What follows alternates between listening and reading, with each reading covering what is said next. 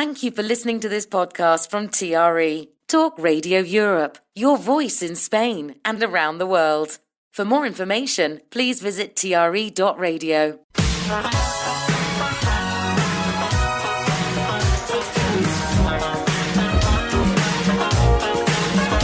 The Lifestyle Show. Selina MacKenzie. Animal Talk. Presented by Selina MacKenzie. You'll be hearing that voice a lot over the next hour. That's our Mary Carmen's voice, and she joins us in the studio for Animal Talk with you till 4 with our vet Marcus Daniel Barth and our dog behaviourist Jerry Valencia Mayo. Welcome to the studio, guys. Thank you very much. Hello. Thank you. Hi, Selina. We won't ask you to talk too much, Jerry, because you've got a bit of a throat. Yeah. Bit of a sore throat. Right, well, this is Animal Talk for the next hour, and as always, you can join in. If you want to ask our experts any questions, do give us a call on 952 78 4000, or you can WhatsApp 645 99 67 95, or you can email studio@tre.radio. For the next hour, we were talking all things animals. Animal Talk. Presented by Selina MacKenzie. You not like the sound of your own voice? I know it. What was the animal? What was the animal, Mary Carmen? Otter. It was an otter. It was an otter. Yeah. You've got to give them a turn next time. She knows because she put them in there. Right, well, welcome to our new people, dog behaviourist Jerry. So that must be a great job, but one of my favourite animals, dogs. So you must have dogs of your own? Oh, I've got 2 of my own, but I usually have like 5, 6 at home from clients that I work with, or rescue centres, which I try to help as much as I can. So all the ones I got to say, they're all adopted and rescued. So are mine. Mine always have been as well.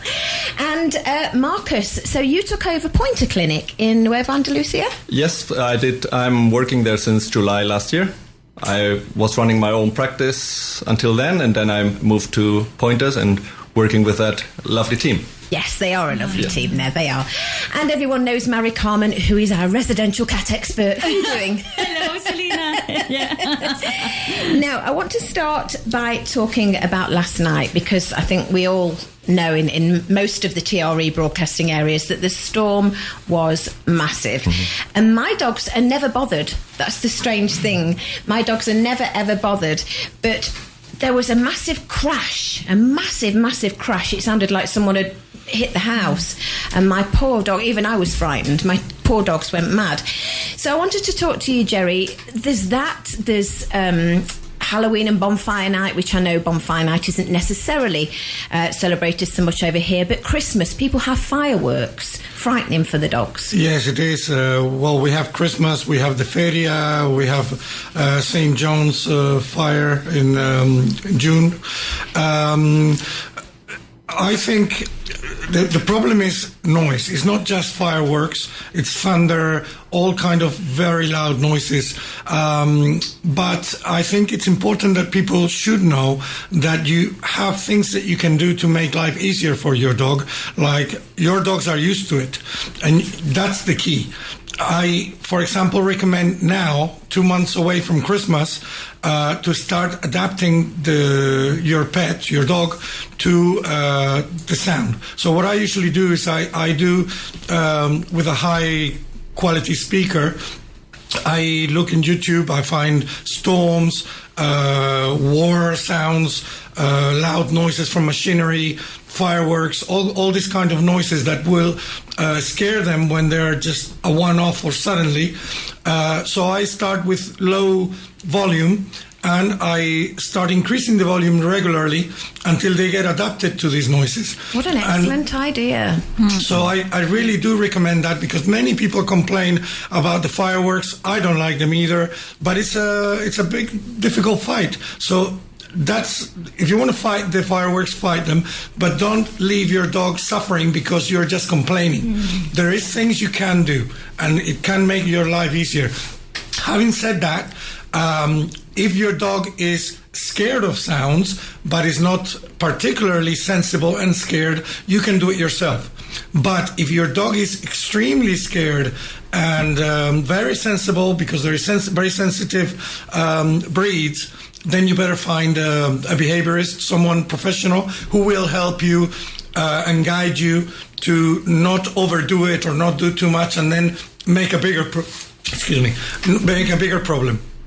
If it's things like last night where we had no idea it was going to be like that, what's the best thing to do? I mean, I was trying to calm mine down. She was shaking, and the older one was fine. I think she might be a bit deaf, bless her.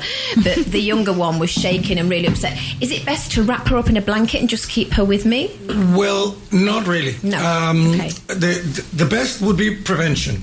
To think about it and do it regularly when you don't need it. So when it happens, they are accustomed to it. But if you haven't had the chance to do this, or you're going to start now and the storm last night caught you off guard, if you hold the puppy or the dog like if it's a baby, like, oh, poor thing, don't be scared. It might work with a child, but it doesn't work with dogs. You are actually making them more scared and making them feel comfortable feeling scared. So they will actually get worse. Right. So you're doing totally the worst thing you can do by petting the dog and trying to calm him down. What I recommend to do is, there's a storm coming, your dog is scared, you haven't had the chance to work on it.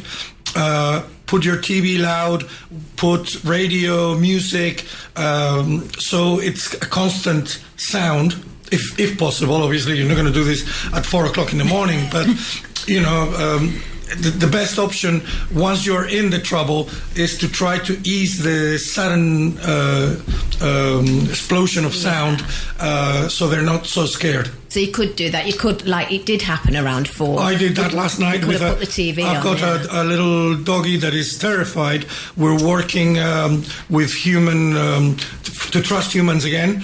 And last night we caught the storm. We spent the whole night looking after him. And what I did was put a sound that would cover most of the storm. Still, at some points, it was too loud and there was nothing we could do. But having sound all night in the house made it easier for him because it was not so sudden and not so shocking for him. Yeah. Presumably you've got your own pets as well, have you, Marcus? Yes, I have one dog. One dog. And how was your dog last night? Well, he's quite easy, chilled, actually. Quite chilled and lucky used with to that, it, yes. Yeah. Do you ever get any pets being brought in that are in severe shock for whatever reason? Yeah, well, actually, I can tell. This morning there was actually one dog coming first thing in the morning, because the owner was very concerned that the dog was panting all the night, and she was concerned that it was more another issue, like any heart problem, and because it was an older dog as well. And, well, probably checking her over and seeing that the dog was fine, it seems to be that it's more related to fear over the thunderstorm, because she also mentioned it was not the night before, but it was 2 days ago where there was some rain too. So it seems to be more the problem, really. And I suppose they can probably feel before we hear it and see the lightning. They know it's coming, don't they? They're clever. And does it? I know you've got dogs as well, Mary Carmen, but does it frighten cats the same or not really? No, my cat Luna, she's fine with everything. She's not scared absolutely of nothing. She's a demon. Lola is scared. She gets under the beds and makes a ball under the bed and waits until the storm goes. And Sacha is very scared of noises. She is, our dog Sacha. So we have bought her a happy hoodie, as we call, which is like a cloth that you put in the head and makes her more calm. But I'm going to use that trick that Jerry said about the sounds in YouTube to make her adapt to the noises, because every Christmas is crazy for her. She goes very, very... Even she pees in the place and everything, The trouble is you can't tell them, like with children, if they're a bit older, you can explain to them what's happening, but you can't tell an animal. No. Horrible. I just wanted to make a note as well that the animal shelters are in desperate need at the moment of towels and blankets, because it's this time of the year that they need them. So if anyone's got any towels or blankets they're throwing out, please give them to the animal shelters. You know where they are. Something else I wanted to talk about, which surprised me actually, Marcus, is that the processionary caterpillars are out early this year. Yes, well, normally it's around end of the year, December, January. It's true that it's sometimes coming earlier, or it's the time span is even longer. So normally we used to say it from January until March, but I've seen as well seeing them in April or May. Sometimes probably depends on how much it's raining. Well, and how warm it is. Then it's all related to the climate of that year. Yeah. So, and for anybody that doesn't know, I know everybody that lives here pretty much does, but for anybody new, because I had a friend who came over with her dog and she had no idea, they are the horrible caterpillars that look like they're in a procession, don't they, Jerry? And they're very dangerous. Yes, they are. Just to add to what Marcus was saying, what I have noticed and what I have learned reading a little bit about it is it's actually not necessarily bad that they are out sooner this year, except for the surprise that they're out sooner. What usually happens is if it's warm enough and dry enough for the year, and they do happen to come out before, and then we do get a cold winter, they will die. So there will probably be less in January, February, March. Right. That's what usually happens. It depends on the area, obviously. But I would like to give a little bit of advice to people. Do not play with your dog with sticks. Do not play with pine cones. Those are the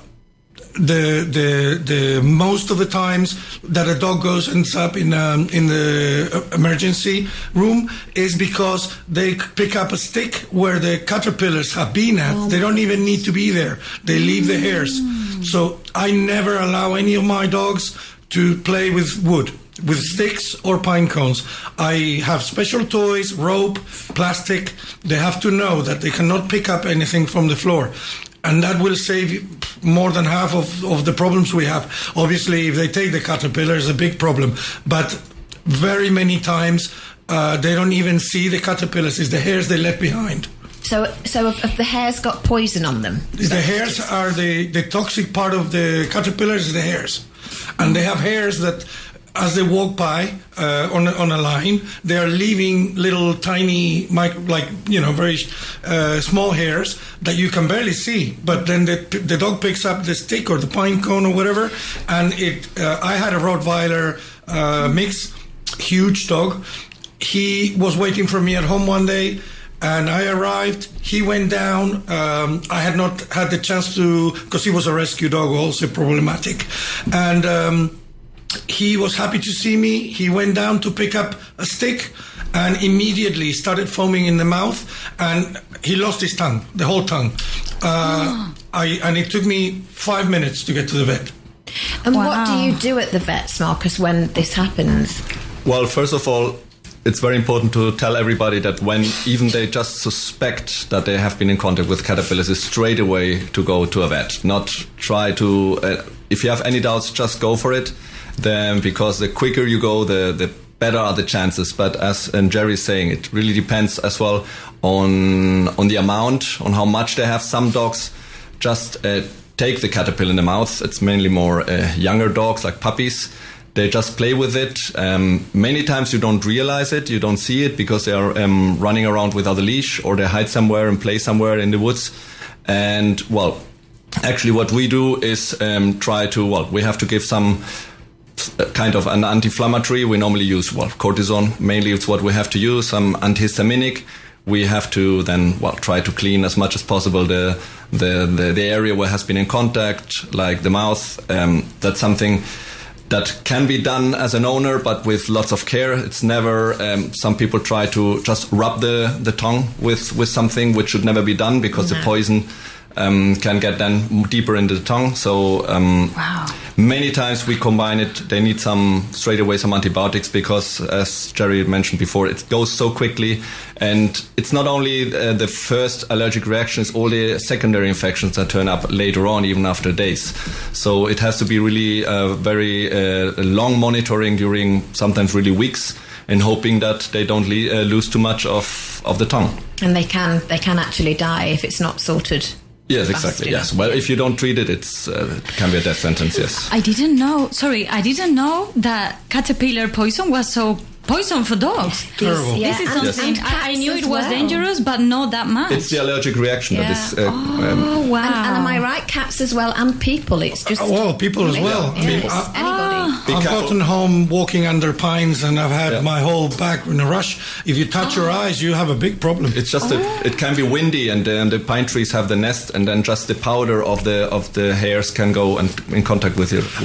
Imagine with kids, if small kids get in contact with that. I would like to ask Marcus a question, which I have a doubt as an owner of dogs. I have Urbazon at home, which is it's a cortisone, yes. But I have my doubts if that's going to affect. Fortunately, I've only had 2 times problems with caterpillars, but my doubt is. Should I give him something at home before, if I'm going to take, for example, I live far away in the mountain. So if I'm going to take time to get to the vet, is there something I can give him like Urbazon or something like that? Or will that affect you not being able to give him certain medicine if I automedicate him? Yes, well, in this case, the sooner you treat it, the better it is. If you have something like this at home, which of course something that needs to be prescribed by somebody, it's not automedicating is never good. But in this case, of course, if you have some knowledge about it and you know how to give the treatment, to give injectable or tablets, of course it might help, but it doesn't take the chance to not go to the vet afterwards. So I think it's mainly in cases where you are far away.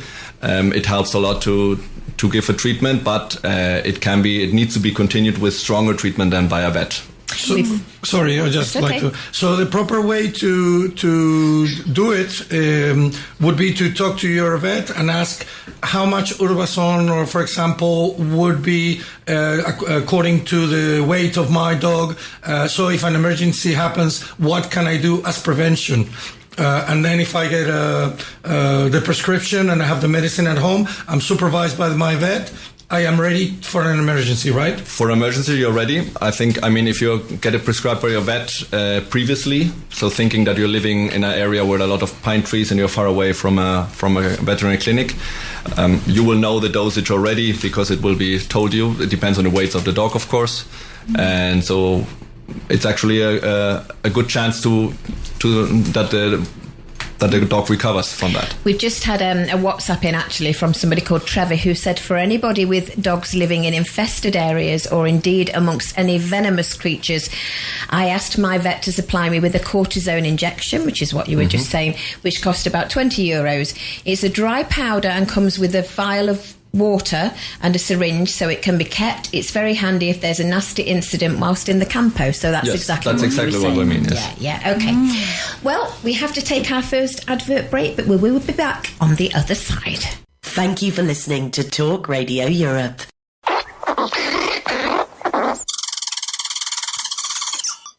The Lifestyle Show, presented by Selina MacKenzie. Jerry and Marcus, what is that sound? I have no idea. An otter? No. Mary? It's a squirrel. It's a squirrel. Well done. So this is Animal Talk. We're almost through the first half an hour. It goes too fast with Mary Carmen, with our vet Marcus and our dog behaviourist Jerry. If anyone wants to join in, if you want to ask our experts any questions or join in the conversation, there are 3 ways to get in touch, and here's what they are. To contact TRE, please call 952 78 4000. Email studio@tre.radio. Send us a WhatsApp on +34 645 99 67 95. Now, Marcus, I want to ask you a question that somebody sent me about peanut butter, and it says that a new type, because we often give peanut butter to our dogs, don't we? I make little treats for them.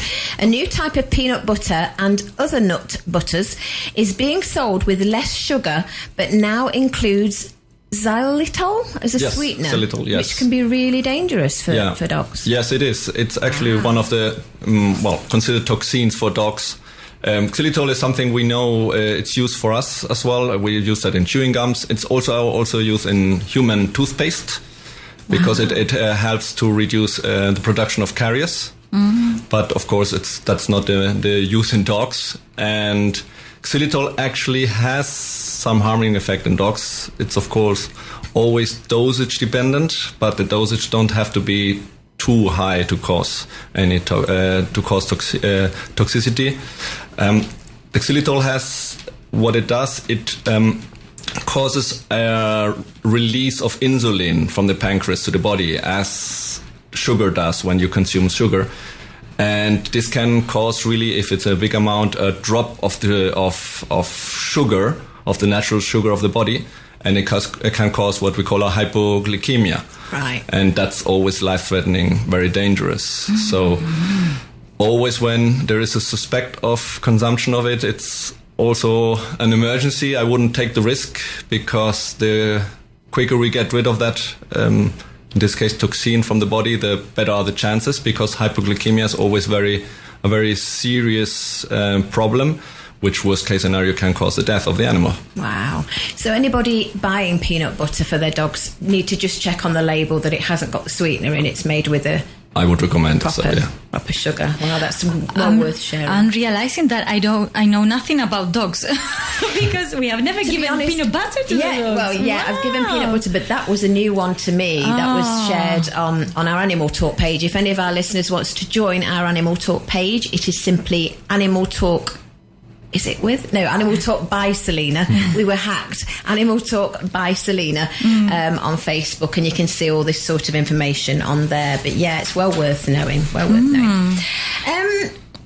So I wanted to ask you, Jerry, about aggression in dogs. Some dogs can be very aggressive, either from the fact that they were rescue dogs, maybe they weren't treated well, or for whatever reason. What do you do with aggressive dogs? Okay, I would like to cut it short. I will try to cut it as short as I can. But first thing I would like to say is there is different kinds of aggression. Not every aggression is caused by the same reason.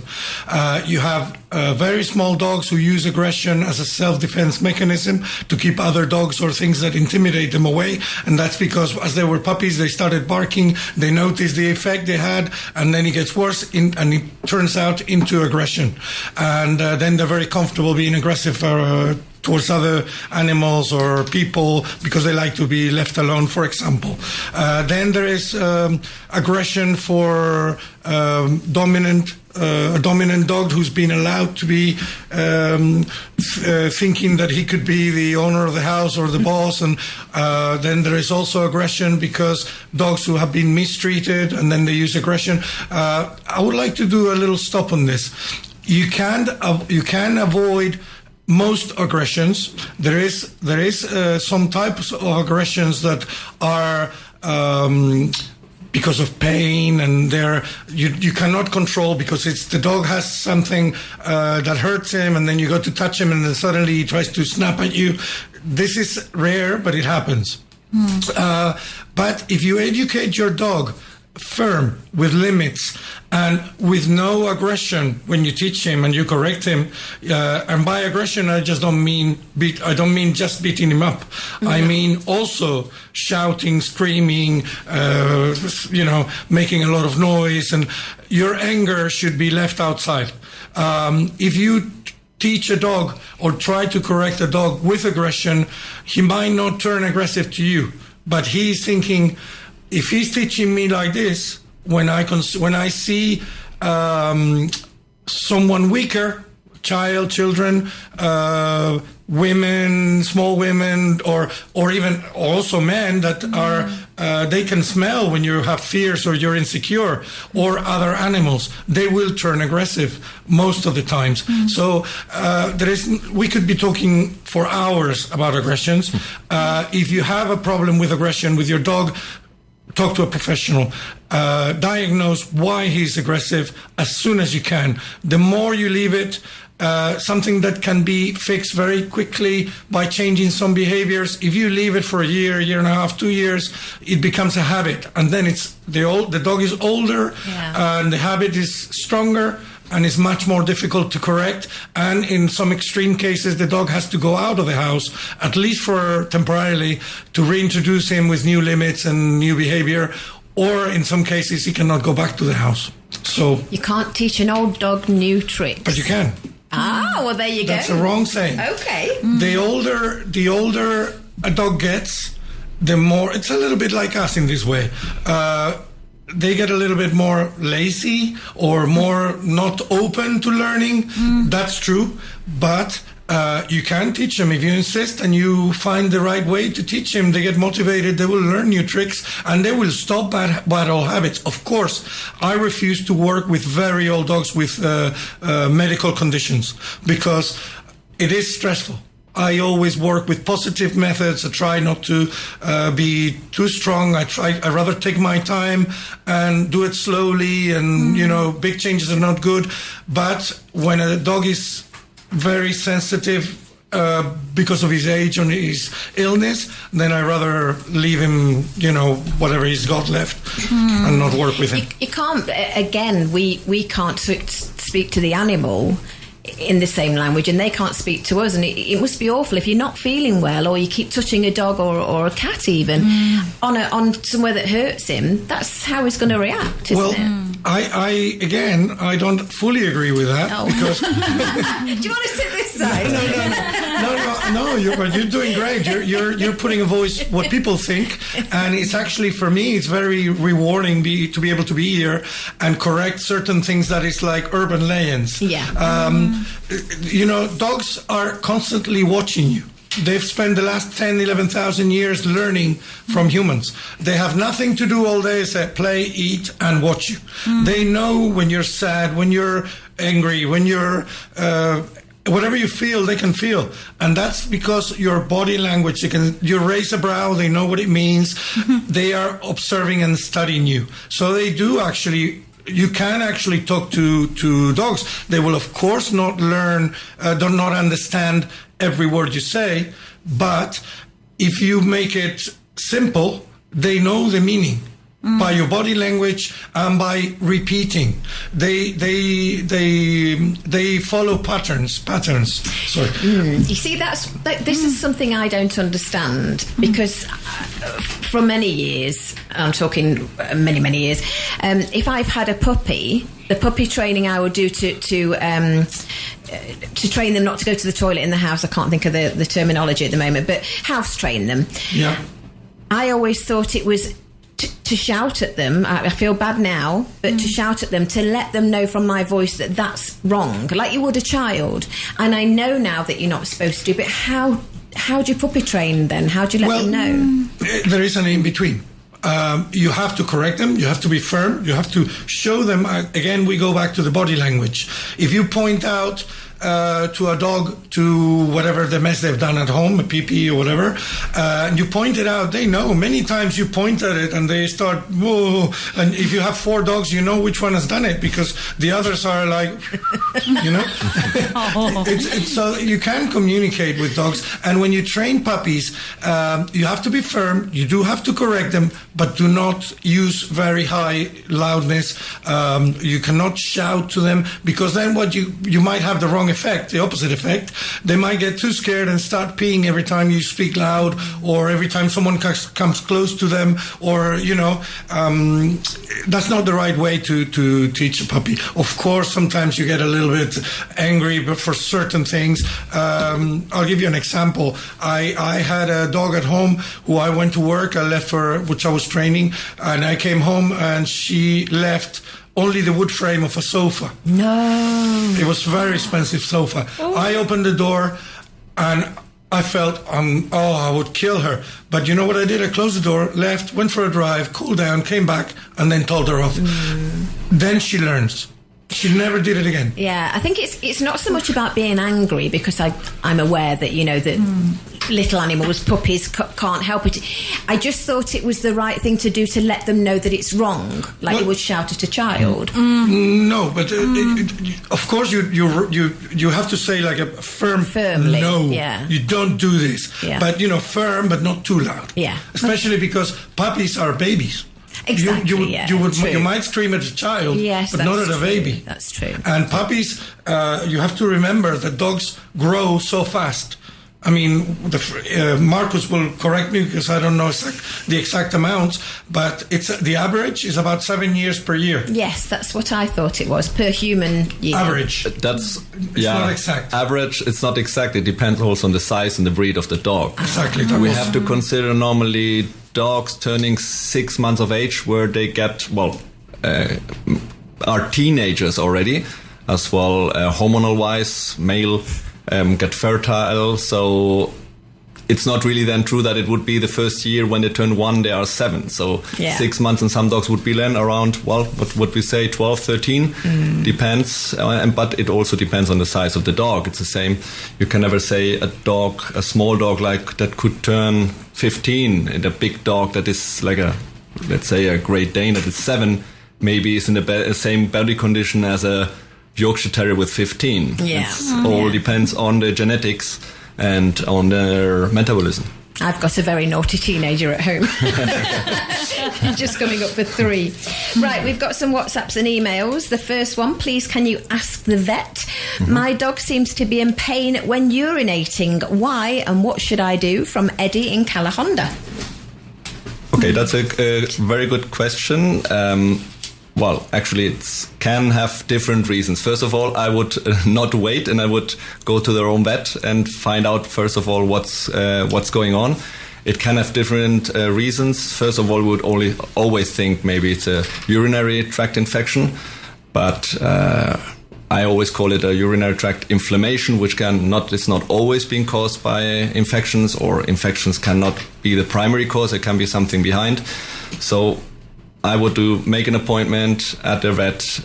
Maybe it would be useful already to bring a urine sample as fresh as possible, not from the day before. Try to bring it in. It helps a lot. And at least to have a first diagnosis. But of course, it can be many other reasons for that. Depends on the breed and depends on the gender of the animal. It's a male, we can always, and it's an older male, not castrated. We might think also prostate problems. Can be also just older dogs that try to urinate, lift up the leg, and they're painful because they lift up the leg because they might be older, like arthritis of the hips. So there are different reasons. Difficult, of course, to make a diagnosis directly there. The dog. So Eddie and Calahonda, best to take the dog to your vet. Yes. Get it checked out. I'm not sure who this is. There's no name, but the last 2 digits are 57. We have just adopted a dog. Well done. What are the rules? This is a good one, actually. What are the rules for having them in cars? I don't know who wants to answer that one, because there are rules over here. Yes, there are rules. You have to either have in your boot separation from the rest of the car, or they can go in the back seat with a seat belt. Or if they're small, then they can be in a small baskets, cage, transport cage, yes. Yeah, if you can actually, as long as they're secure with seatbelt, but they cannot be in the front, in the co-pilot at the bottom on the feet. No, of course. No. We don't do that, but it's not allowed. There are actually some certain, because you mentioned the seatbelt. There are some adapters specifically for dogs that you connect it to the harness. Yeah, those are the ones I meant. That's a safe. Yeah, I think you can get them from Amazon. Yes. From Amazon Spain, I'm sure they're very good. Yeah. It's easier with cats, Mary Carmen, isn't it? You just put them in the cat basket. Yeah. To go in the car. If they want to go in, yes. If they want to go in. Yeah. And Neil in Sabanir says, please can you ask anyone that might know, when should I switch from kitten food to adult food?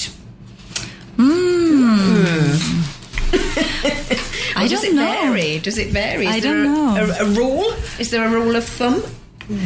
I don't know, to be honest. I think the vet knows. There are different kinds. In cats, normally, I would say, at least with 10 months of age, normally. Depends, of course, of the breed, but there's not such a big difference like in dogs, where you really have big, real giant dogs that I would stick on the food maybe until 2 years of age. And small ones, then you can turn with 10 to 12 months. Cats normally is around 10, 12 months. And normally maybe some giant cats, like a Giant cats. yeah, so Like lion. Tiger.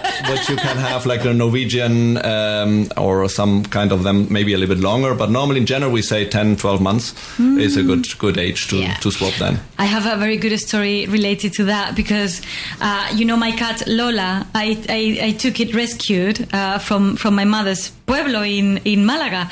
So, in little pueblos they kill the kittens. So when they are born, they draw it or they smash it or whatever. So they had this little one, and I said, no, I'm taking with me. And I raised up since she was one day born, and I was giving milk to her. And I discovered that she wanted solid food. By one day that I was giving milk and she didn't want. And my parents said, why don't you try to give this jamón york? Because I was in my parents' coffee shop. And I say, why don't you try to give this jamón york? And I started to put inside all the jamón york. And then Lola was like, she was choking. And my parents started to scream like, ah! I said, okay. And she vomited everything and said, but give to her little by little. Bit, and I said, no, but I want her to eat now. And she was about 10 months or 9 months, and I could see her opening her eyes and everything. It was I remember when you brought her in and she was so tiny, so little, so tiny. So little, yeah. We have to take our second advert break, but we will be back. TRE, your voice in Spain. The Lifestyle Show, presented by Selina MacKenzie. Now, you as a vet should know what that is. Well, I don't want to be now wrong. I can't even say it. I can never say this. Capybara? Yeah, Capybara. They're like big guinea pigs. Yeah, it's a big guinea pig, a giant guinea pig. Yeah, giant and friendly guinea pig. Yeah, exactly. So I just wanted to read out an article that somebody sent me that the Costa del Sol town has launched a web page to encourage free of charge pet adoptions, which I think is great. Vélez Málaga Town Hall's Department for the Environment and Sustainability has set up a space on its website with the aim of raising awareness and encouraging the adoption of pets that have been abandoned in the municipality. Big round of applause for them. Very good. Yes, very pleased with that. Very pleased with that. I just want to go back to puppy training with you, Jerry. Any more tips? Yes, well, I was saying before of what not to do, so I would like to let people know that patience, routine, as I said before, dogs love routines. If you are a person who has your daily life on a healthy routine, the puppy will take no time to adapt to that. And for example, once they start being old enough to go outside, normally a puppy would be clean by nature. The only reason they don't is first because when they're too young they can't hold it, but as soon as they can start going out, they have all the vaccines and they start going out, it is very important to take them out at the same time every day approximately, so they learn that this is the time I'm going out, so they actually get used to going out at that time and doing their needs, and unless they're sick they will become clean at the home. Most of the cases I find that dogs that are not puppies anymore and they still do their business at home is because the people have messy, in the nice way, lives, that they don't have a routine. One day they go out at 8, another day they go out at 10, and the dog, when they don't know when they're going out, they do it when they feel like it. Yeah. So that's the main thing that will help you train a puppy is have a healthy routine, follow it approximately the same every day, and everything will come. Oh, and one thing, you know those nappies that most people use? It does not work if you have 3 or 4 around the house. You're teaching him to do pee-pee in the house. Yeah. It works if you have problems with him doing... if they're an older dog, maybe. No, you can use one nappy at the front door. So they get used to the front door, and when you start taking them out, they start doing it outside. But if you put the nappy anywhere in the house and you put more than one, then they think the whole house is a toilet. My little teenager is a nightmare because she's very good. She's nearly 3, so she's very house trained. But when it rains, she will not go outside. I'm having to push her out the door. She's a nightmare. Right. Well, it happens the same with us with Sacha. Yeah, because Sacha's lovely. Yeah, because we have a big patio outside, and with the rain, it's just like she sits and look at my partner and say, "Nope, I'm not going out." So, you wouldn't go out and go to toilet. Why should I? Yeah. So we just, I don't know. Maybe this is very wrong, but we have just throw the towel and say, okay, because last night, for example, was raining so much. The dog is not going to go out. Yeah. So just leave her to do it in the patio, and it's just, we try to avoid as much as we can. Course. But yeah. I make mine go out. I go out, I get wet. You go out, you get wet. That's it. Yeah. What about you? Yes, I go out and... So they go out. We go out. So we all go out. We all get wet. Oh, I don't. I stand at the patio door and just make them go out. That won't work with mine. I have found myself going out one night, turning around, and they're all back next to the chimney. It's like, what? You see, you don't have those problems with cats. You don't have to take them out. Exactly. Well, sadly, we are almost out of time. I've still got an advert break. I know, isn't it terrible? Actually, we'll take our last advert break, and then I want to know where you both are, where you work, what you do, so that we can give some contact details out. TRE, Talk Radio Europe.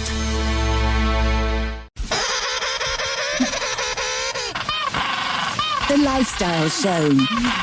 Presented by Selina MacKenzie. Your turn, Jerry. It's not a dog. I have no idea. No clue. He's a penguin. Penguin. Okie dokie, Marcus. If people want to get in touch with you as a vet at Pointer Clinic, how should they do so? Well, the best thing is, first of all, you can Google us and look for Pointer Marbella.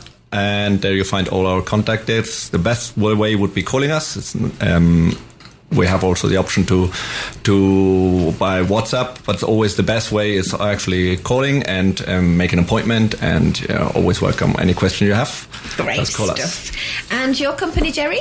Well, Control Can is called. You can look it up in Google as well. I'm on Facebook and Instagram. And it's very easy to contact me. One thing, though, if you call me and I don't answer, I'm with dogs, I will return the call. Yeah, well, that's fair enough.